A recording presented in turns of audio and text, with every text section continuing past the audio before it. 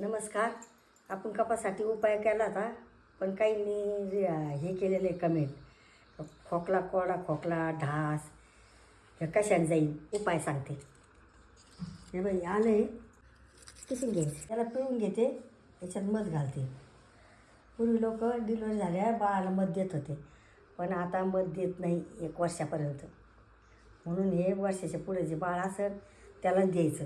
ह्याचं मध्ये लिंबाचा वरचा मध्ये आणि बाळाला द्यायचं चाटायला, म्हणजे कोरडा खोकला, ढास हे काय निघून जातं. सकाळी द्यायचं नाही, बाळ झोपायला आलं हे द्यायचं चाटायला. सकाळीच काय द्यायचं त्याच्यावर मी एक उपाय सांगते. बाळ झोपेतून उठलं सकाळीच तर त्याला कोमट पाणी हवं. मी पाणी उकळायला ठेवलं, त्याच्यामध्ये हे उकळायला ठेवलं, हे तुळशीचे पानं, आलं टाकलं ना, आणि हे 2 मिरी कुटून टाकली. उकळलं, आता आपण गाळून घेऊ. सकाळीच फक्त कोमट पाणी, हे 1 चमचा कोमट पाणी 1-2 चमचे पाजायचे, आणि दिवसभर मग साधं कोमट पाणी पाजायचं.